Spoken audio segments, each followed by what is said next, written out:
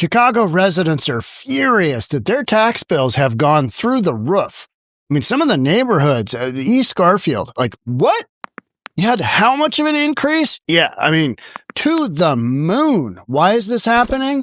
Well, because progressive Democrat leadership in Chicago has pushed out big business. Big business left, and now the constituents are left to make up the difference, and they're going to have to pay. And this is going to keep on going. This isn't just Chicago, but today's story is kind of a focus on Chicago. This is all big progressive cities. You got to make up for these budget deficits from somewhere. And when the businesses all leave and go to Texas and Florida and wherever, who's left? Yeah, the people.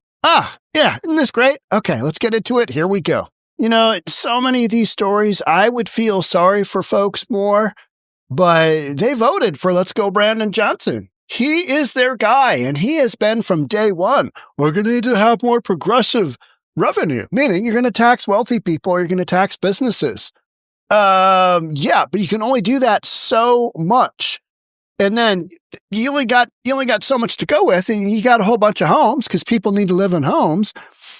Big businesses don't necessarily need to have commercial space downtown. And in the loop, they're all gone. They all left, right? They all left. So now you citizens, because of your choices for leadership, this is what you bought and paid for. Let's hear from one of those residents. Here we go. Many Cook County residents are reeling today from a whopping property tax bill that came out late and much higher than expected. Chicago's south and west sides are seeing some of the biggest increases. Our political reporter 𝗥𝗘𝗠𝗜𝗏 has more on why downtown may be to blame and what some residents are doing about it. The pain. Before we get into this scene, this is a really cool scene, by the way. It's really well shot. But the south and west sides, predominantly black, correct? Am I not right there? I think I'm in Seattle, but even I know that. And they're getting hit the hardest. It's like, but this is what you voted for. This is what you voted for. So the next time an election comes up and somebody says, we're going to use progressive revenue to fill in the deficit, maybe think that through, meaning that's businesses. But we need them for their tax revenue as well. Yeah. Watch this scene. This is a good scene. It is real here in North Lawndale, where property tax bills are going up on average 98%. In West Garfield Park, it's up over 130%. And one of the main reasons why is because of what's happening or not happening over there in downtown Chicago, where in the Loop, they've collected 129 million fewer property tax dollars this year than they did last year. My property taxes went up 75.86%. And so Richard Townsell of North Lawndale has a friend who saw his jump 237%. my wife and I, we had a budget meeting last week as we were looking at this. You know, does that mean maybe we don't take the vacation we thought we were going to take? Thank you all. A frustration that this weekend led to this bill burning, led by the Lawndale Christian Development Corporation, which he is executive director. It was a Boston. I mean, this is Boston Tea Party, and I get it. Homeowners are furious over property taxes. But, you know, symbolically burning a piece of paper, I get it. That, you know, you're frustrated, you want to do something. It's kind of like all the Democrats that lost because their candidate was an absolute loser, Kamala Harris, absolute loser. And now they want to do no kings. Oh, no kings. It's like, instead of doing this stuff, you know, you really need to do grassroots campaigns with politicians who understand kind of how this game is played. And the folks in Chicago right now, especially Let's Go Brandon Johnson, and he's a progressive. So, you know, this is because you hired yet another progressive in a long line of progressives, and your taxes are so incredibly high. Tea Party kind of moment where it's like taxation without representation. What do we do about this? Not just whine about it. One idea is to lobby for a state law in Illinois, similar to one in California, that caps property tax hikes at no more than 2% a year. Considering residents saw an 82% jump this year, an average of $609. In North Lawndale, it was $1,900, and in Garfield, And you are talking Garfield Park. I'm going to have to research that. But that is, I believe that is, it always has a bunch of shootings, right? And it is to the west of downtown Chicago. But my point is the assessed values on these properties, it's like $2,000 on $100,000. I mean, it's the assessed numbers, and that's an increase there. That's an increase. They are taxing the absolute F out of these homes. When I look at tax roll in Chicago, it doesn't matter what neighborhood it is. I'm like, good Lord, that house is worth that much, and they're paying how much in taxes? It's incredible. It's incredible. But you have to pay for all the social welfare and all those programs and a lot of stuff that you don't need. How many hundreds of millions of dollars did Let's Go Brandon Johnson take from you, constituents of Chicago, and give to the criminal illegals? How many hundreds of millions of your taxpayers' dollars went to the criminal illegals? Yeah, 350 million, something like that. I mean, something like that. Not good, not good. So progressives ruin cities. This is one of those examples. Park, it was 2000. I think it's incumbent upon us as citizens to give our elected officials what we want. We should be pressing them around the bills that we want to see, not waiting for them to come up with a solution. The problem, County Treasurer Marie. So the next time you have a candidate, vote along those lines, right? This isn't that hard. It's just not that hard. And yet, here we are, right? Says is what's happening downtown. All the high rises, commercial buildings that you see downtown are unrented because the businesses have left the city. So somebody had to pick it up. So the residences are picking it up. Picking it up begrudgingly. I think government needs to learn how to live in their means, because guess what? You and I don't get a 100% increase on our pay. Residents burning mad over the way government is spending more than they had. In North Lawndale, Chris Todd, CBS News, Chicago. So you've got some massive increases in residential taxation because you've already pushed out all the businesses. You pushed out Caterpillar. You pushed out a massive, massive capital company. You've pushed out so many different companies from your downtown core that just basically said, see you later, gotta go. And we haven't even talked about, you got gangs of teenagers running around, shooting each other, looting stores. I mean, you've got street conditions that are horrific. So, why would businesses stay? They wouldn't. And here's another story that totally coincides with what we're talking about. Finance Committee votes down Mayor Brandon Johnson's 2026 tax plan, putting budget in limbo. Mayor Brandon Johnson's $16.6 billion spending plan for 2026 was dealt a major blow on Monday as a key city council committee voted down his plan for roughly $600 million in, yes, ladies and gentlemen, new taxes. You're going to have to tax the F out of people because the business is left. And Let's Go Brandon Johnson is talking about more progressive taxes because he doesn't have any other options. Everybody left. High net worth individuals are leaving, businesses are leaving, and that leaves a real void, right? Finance Committee's 25-10 vote against the mayor's tax package came only after repeated efforts to delay any vote were blocked. Key sticking point for many critics of Johnson's budget plan was his push for a $20 per month per employee tax on large businesses, also known as a head tax. You're going to push more businesses out, and then you, constituents of Chicago, you're going to have to pick up the pieces. You're going to get taxed more. Does that sound great? Does that sound like a plan? No, it doesn't. The mayor's original head tax plan would have applied to all businesses with more than 100 employees, generating estimated $100 million a year towards violence reduction and youth jobs programs.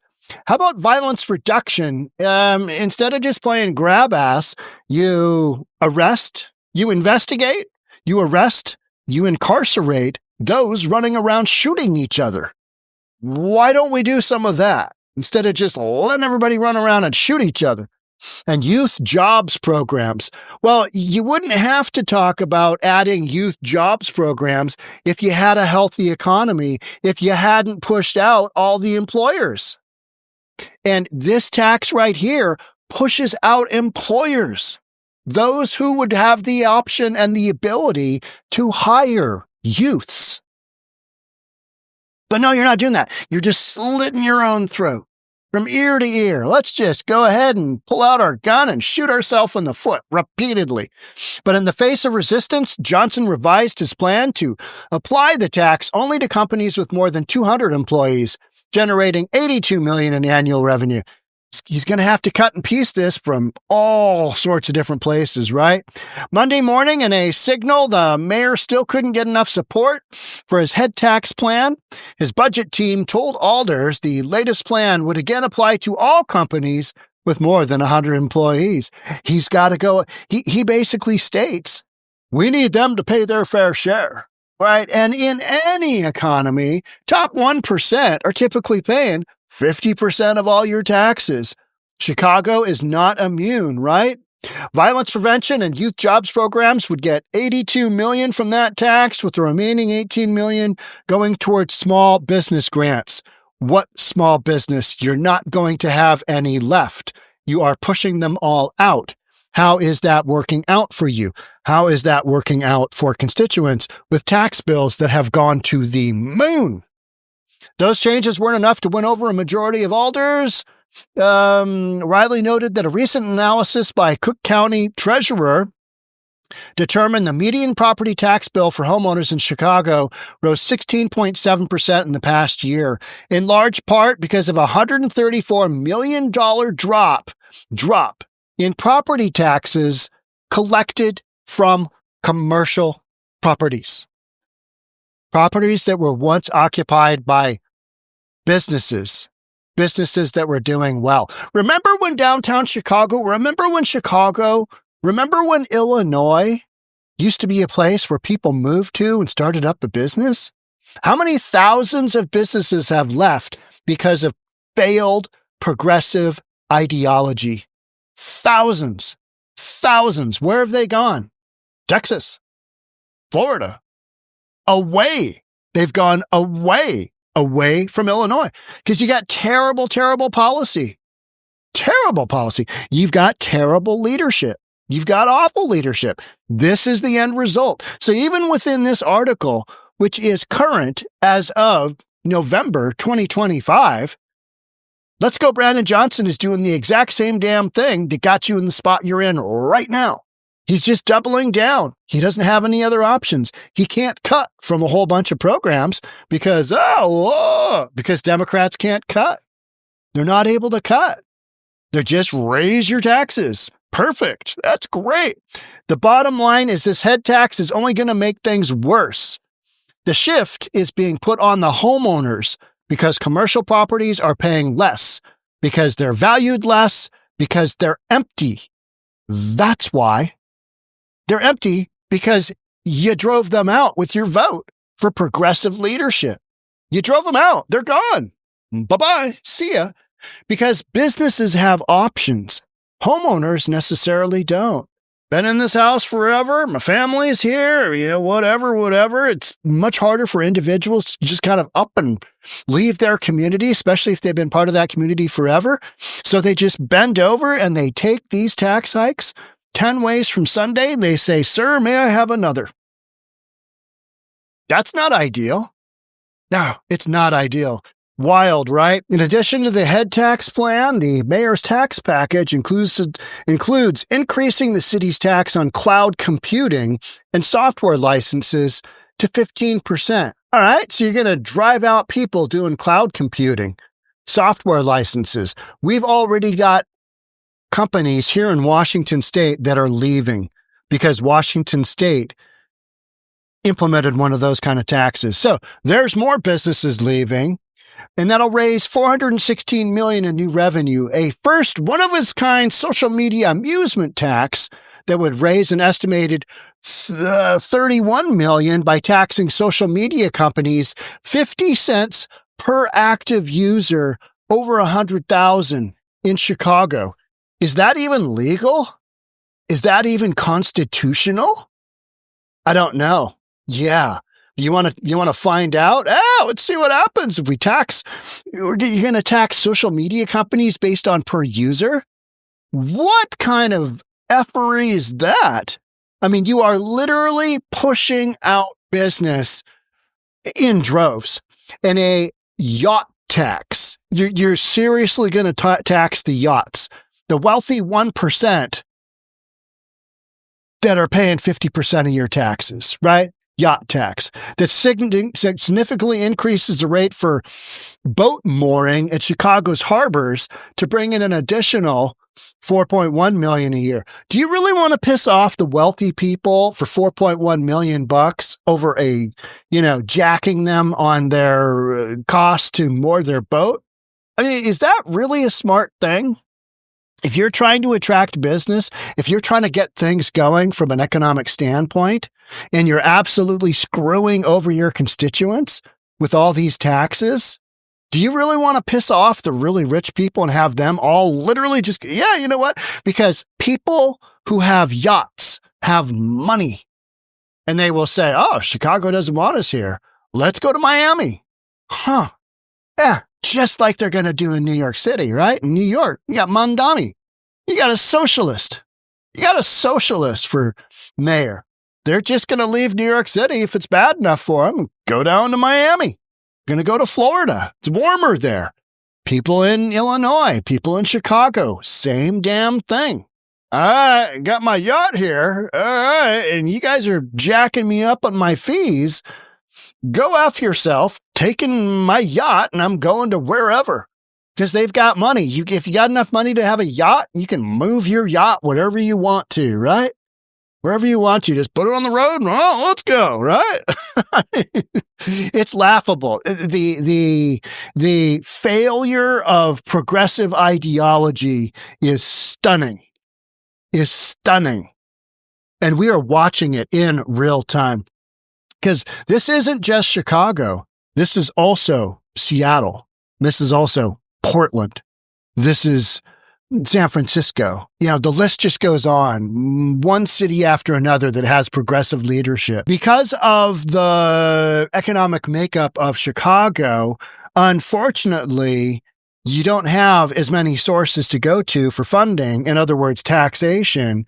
And so you are literally hitting up the constituents' real estate, because that's like the known piggy bank that a progressive is going to go after. So you're not seeing massive tax increases in Seattle. You're not seeing massive tax increases in Portland. You're not seeing massive tax increases in San Fran yet. Things have just moved way faster in Illinois and Chicago because the push for higher taxes has been there for so long, because you have so many people dependent upon social programs and you have so few people feeding that system. Now, way fewer businesses feeding that system. And, in order for the system to keep going, you got to pull the money from somewhere. So that's coming from you Chicagoans, your primary residences, the homes that you might have had in your families forever. You're going to get absolutely taxed out of the house, literally out of the house, right? Crazy stuff. But you know what? Again, I go back to what I stated at the beginning of this video. You voted those politicians in. What do you think was going to happen when they said progressive revenue? Because we're hearing the progressive revenue, meaning taxing wealthy people and taxing businesses. This is what happens when you do that. People at the lower end pay the most. It's regressive, meaning folks who can't afford gasoline, folks who can't afford the rent increases, folks who can't afford the property tax increases, folks who can't, all this stuff. They're the ones that are going to be impacted the most because they have the least amount of money to have as a margin to cover these additional expenses. They're going to be impacted the most. Ugh. Anywho, this story is not going away. Make sure you're subscribed, hit that notification bell, and I'll see you on the next one. Thanks again for joining. We'll catch up soon. Bye for now.